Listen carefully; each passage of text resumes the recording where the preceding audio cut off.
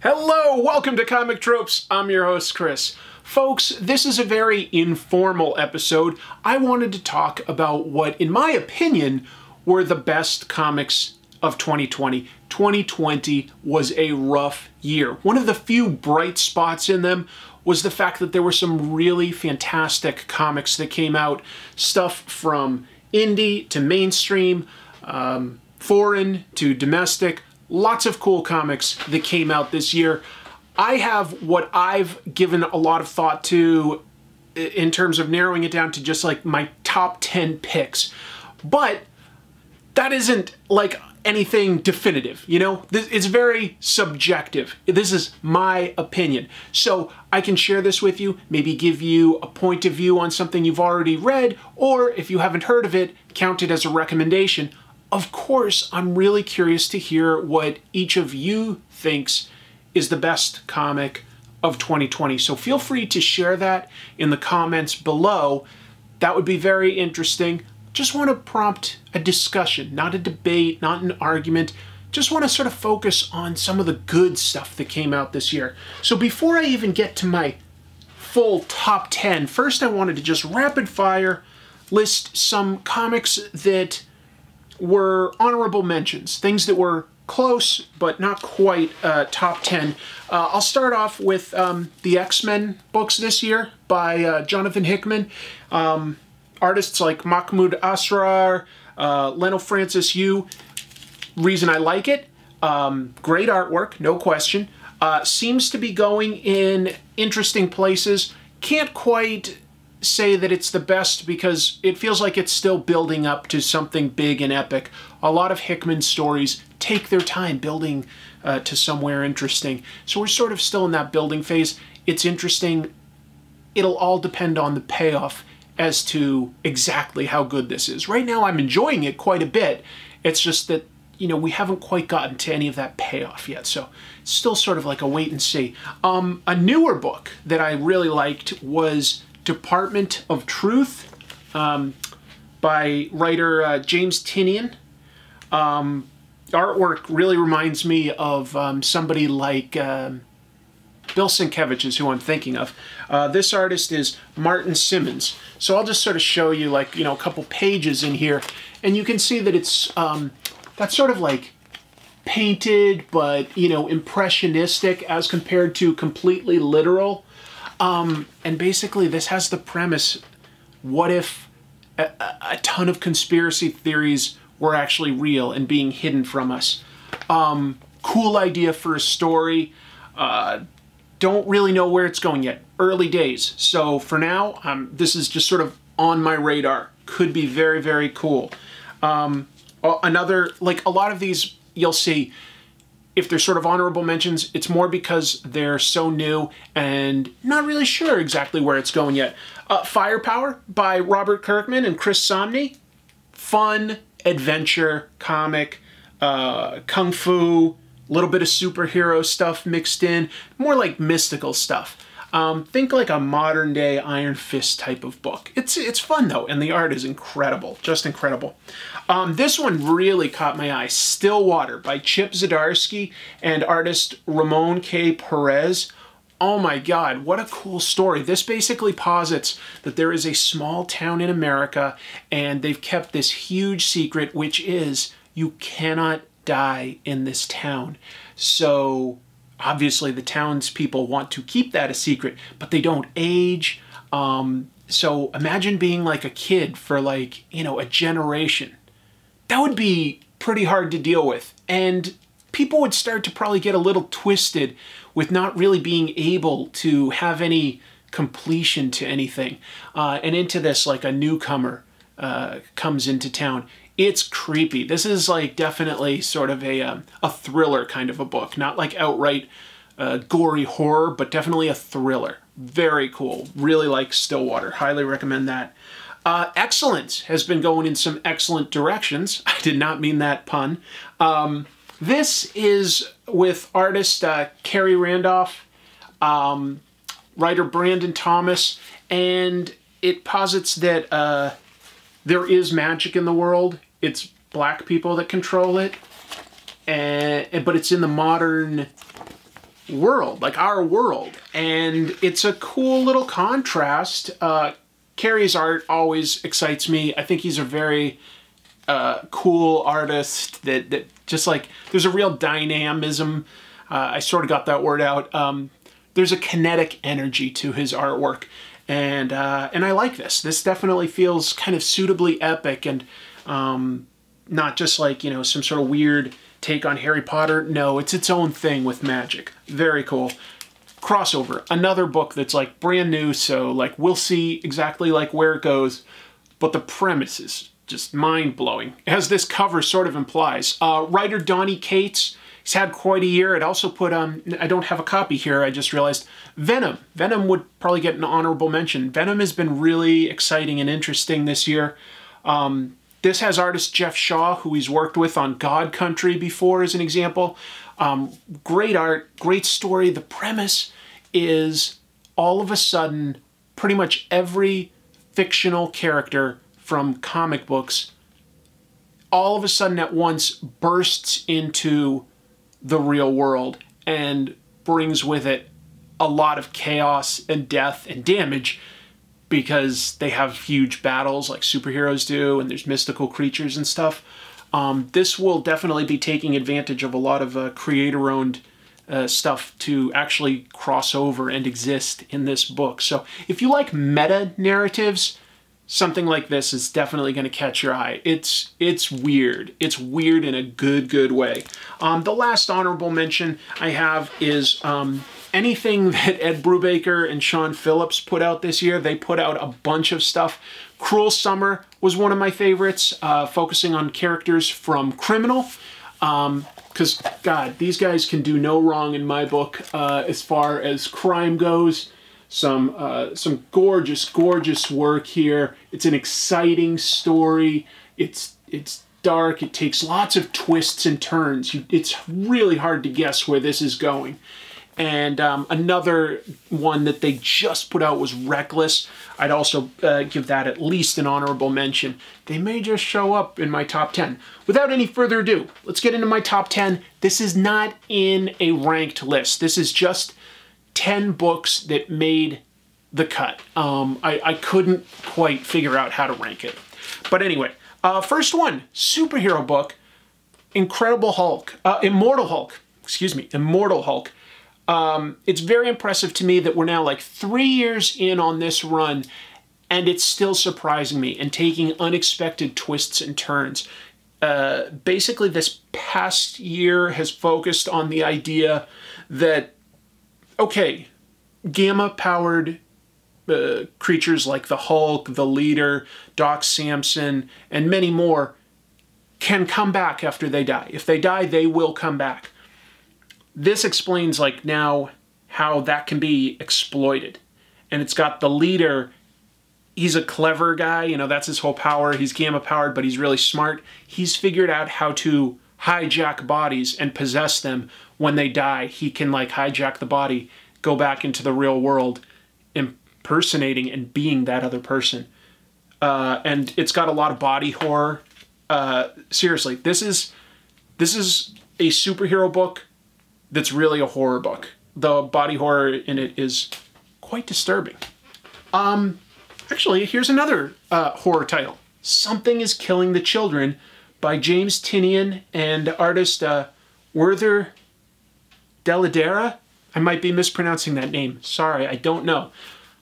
Imagine something like Buffy the Vampire Slayer if you stripped away the jokes and instead just focused on making everything as creepy as possible. And that's sort of the story of this weird girl that comes into town named Erica Slaughter, who investigates monsters that kill children. It seems from like this first arc that adults can't see these monsters, and they're truly horrific monsters that are really like, what's good is this artist really bathes things in shadows. Great colors on it. I definitely want to call out the color. Something that I really noticed when I was reading through this. Who's the colorist? Is it Miguel Muerto? I believe that's who does the colors in this. You can see I've definitely done my research for this. Yes, Miquel Muerto. Just want to call that out. I'm really enjoying this. This is from Boom Studios. A lot of people know Tynion from his Batman work. This is what really caught my eye for him was Something is Killing the Children. What an evocative title. That catches your attention. Something is Killing the Children. That's a very powerful statement. Here's one that's a lot funnier. Scumbag. Scumbag by Rick Remender and a rotating series of artists. This takes the idea that, like, what if, like, pretty much, like, just about the worst guy you can imagine, just like a drug-addicted loser, never has, like, you know, never holds down a job, just steals, willing to do anything for, like, a hit. What if he accidentally was given superpowers? In sort of a James Bond world, James Bond-esque superheroes like nanotech and stuff like that.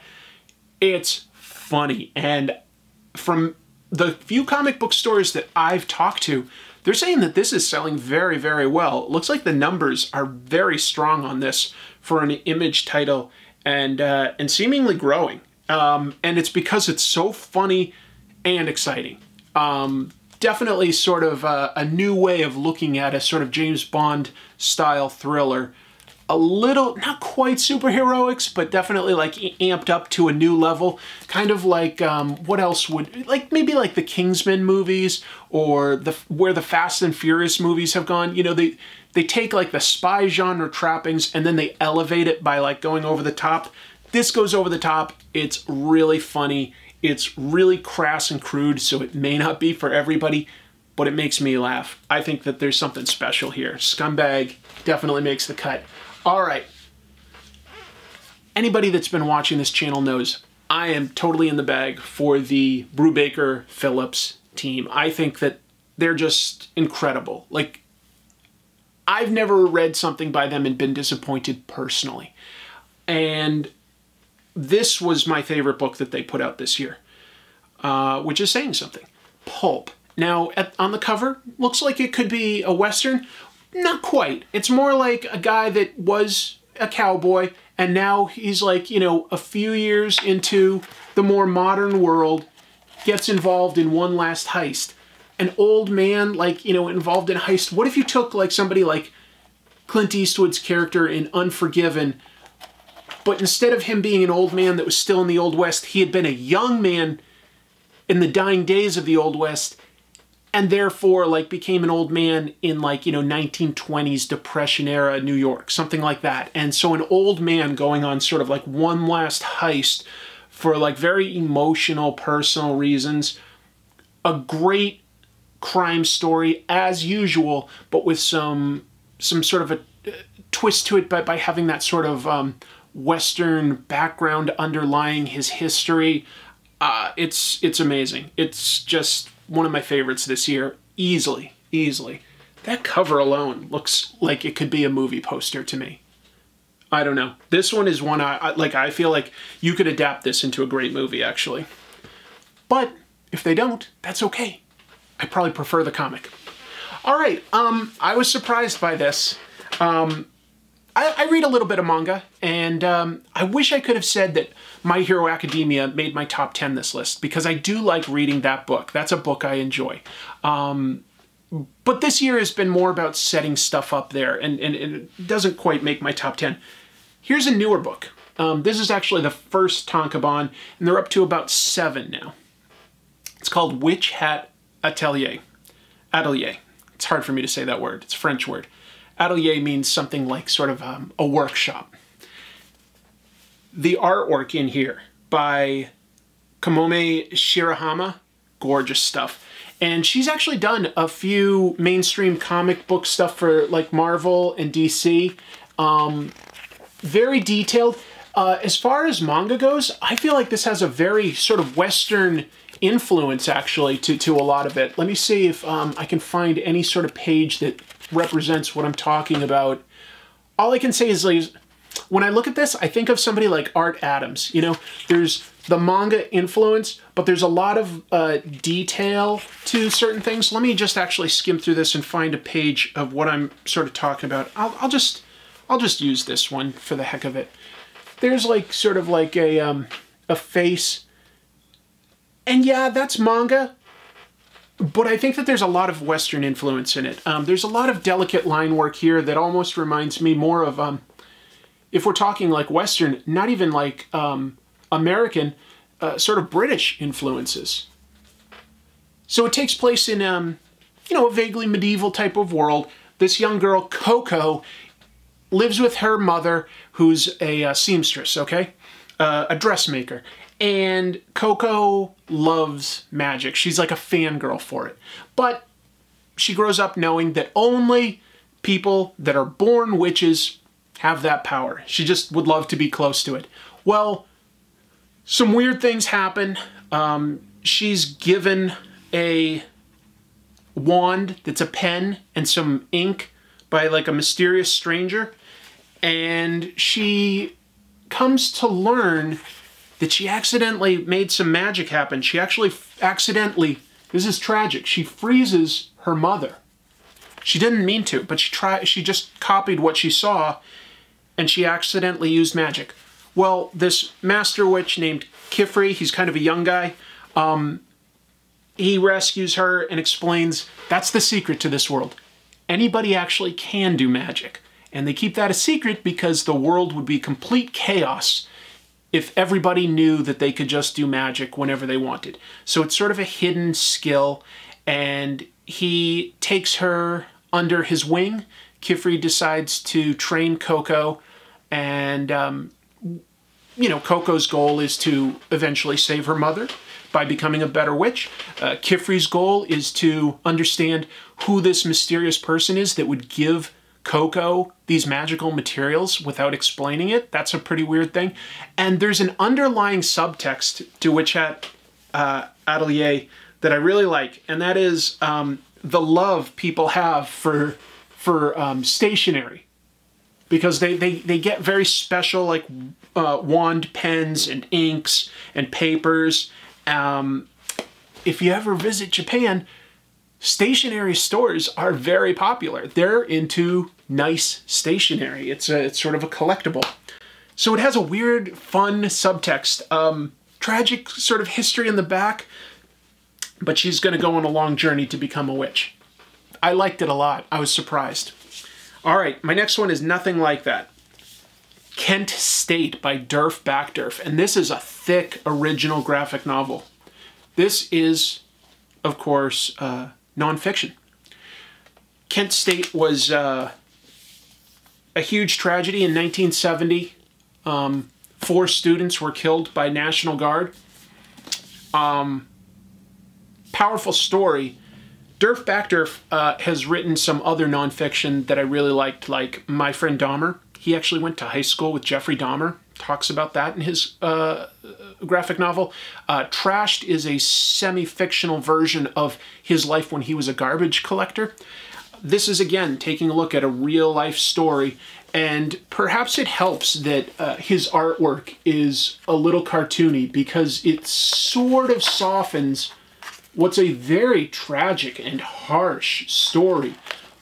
And this is something that happened now 50 years ago, but is still so relevant. I mean, the fact is there's a lot of, you know, fear among citizens of our police and our military. And this sort of shows, you know, an instance where things went horribly, horribly wrong and innocent people were killed.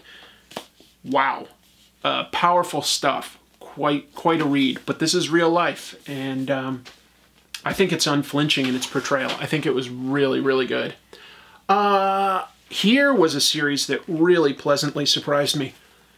Basket Full of Heads by writer Joe Hill and artist Leo Max. This is just fun pulp stuff. Like, I don't want to compare Joe Hill to his famous father, let's just say this is great horror. This takes place, I think, also in the 70s, and it involves a girl who's there for the summer. Some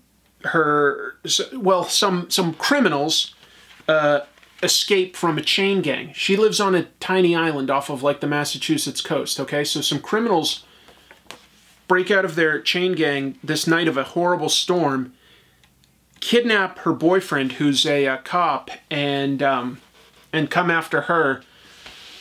She defends herself with an axe at this house, and it seems that like when you get decapitated by this axe, you still don't die. So she slowly through the night is defending herself against these criminals, and she's keeping their heads in a basket because it's hard to understand what's going on. There's some great twists at the very end of the story that I didn't see coming. It felt like something out of like Creepshow or Twilight Zone or something, but in a really good way. Good pulpy horror. All right, moving on to something very different here. Adrian Tomine has released this book called The Loneliness of the Long Distance Cartoonist, which is a parody of a famous novel called The Loneliness of the Long Distance Bicyclist. One thing I got to talk about that's amazing here, the presentation. This is like done like a Moleskine sketchbook. It's got like the little flap here to hold everything together, and the artwork is printed on ruled paper. This is like got grids. This is nonfiction. This is Adrian writing about his life as a comic book artist and all the incredibly awkward situations he's had going to conventions or trying to maybe like trade in a little bit on his celebrity with like dates or something, and how horribly awkward that goes. This is so brutally honest, and I laughed a lot. It takes some real courage to open up like this. I don't know how well this shows up on camera. Very nice, clean line work. Very expressive characters with a minimum of lines. But overall, it's just the stories in here. This is a big book. I flew through it because I just like kept being amused and laughing and stuff. So this was a really great comic. I loved it. That easily made my top 10. As soon as I read it, I was like, oh, this is one of the best of the year. We're almost done. I'm down to 2 more books. Here's another nonfiction one. Bowie. I'm biased. I'm a big fan of David Bowie. He was one of my favorite musical acts. And this artwork is by Michael Allred, with colors by his frequent partner, his wife Laura Allred. Written by Steve Horton. Just about his whole life. Just about David Bowie's whole life, which was very, very interesting. He met a lot of interesting characters. Mike Allred's artwork has always, in my opinion, had a 60s tinge to it. Like if you read Madman or Ecstatics, you know, he's into that sort of 60s culture with like, I don't know, the birth of hippies, beatniks, you know, post-war American design for automobiles and clothes and stuff like that. Well, of course, this is more about like the British music revolution, and Bowie meets, or has met, I should say, like a lot of famous people. This is a really easy read because it's so interesting. It just, you fly through his whole life going like, oh, who else did he meet? Like, who did he marry? Who did he date? What were his influences when he was coming up with songs? Because this was a guy who constantly reinvented himself, which I think any super popular, long-lasting artist in any medium is successful at, you know?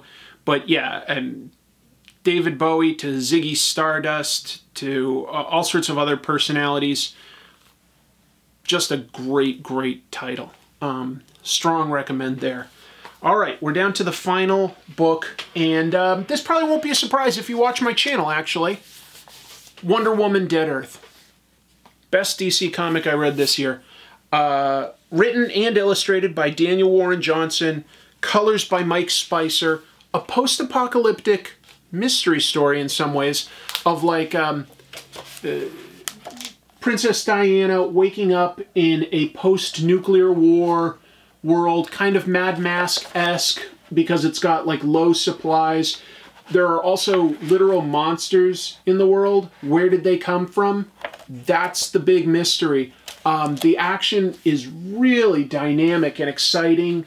The story is, I mean, it really brings forward Wonder Woman's best qualities of being a source of peace and hope, but having to use sometimes violence to achieve those ends. You know, she's going to fight for people. She's going to fight for what she thinks is right. And it becomes very, very personal. And there's just some cool out there ideas. Like she comes across her old enemy Cheetah, who has been experimented on. Her face is all mishappen. And one of her arms is a literal cheetah head. It's crazy. It's so out there. How did this happen? You know, what happened to the other heroes? That all sort of gets addressed in here, but it's really a story of like just Wonder Woman being a positive influence in the most dire, dark, depressing world. So that is what I came up with for my top 10 list. Kind of a little bit of everything, but if you've watched my channel, you know that that's sort of where my interests lie. I like a little bit of everything. I'm, again, super curious to hear what you think was the best for 2020. Very excited to see what 2021 will bring. A lot of those honorable mentions, hey, maybe they'll become top 10 of 2021, or maybe something brand new will come in that we can't even expect. Who knows? Either way, thank you so much for watching. Please consider hitting like and subscribe. That really helps the channel. Keep in mind that I've also got a Patreon where I've got exclusives from time to time. But really, if you like this channel, that's the easiest way you can help me, because I've got tiers as low as just $1 a month. If I could get a significant portion, or honestly even like 10% of my audience to donate $1 a month, I could be creating a lot more content because I could do this as a living. Just putting it out there. If not, it still helps. It all goes towards the channel and the channel's health. Thank you so much for everything you did for me in 2020. For the channel, it was strong. It was strong. There was a lot of growth, a lot of new things. Started doing a lot more interviews. Those seem to be getting a good response. A few live streams, drawing art and answering questions from all of you. I've got more ideas for the future. I've got a new episode of Comic Tropes that I'm currently working on, so hopefully not too much longer until that comes out. Anyway, until I see you next time, keep reading comics.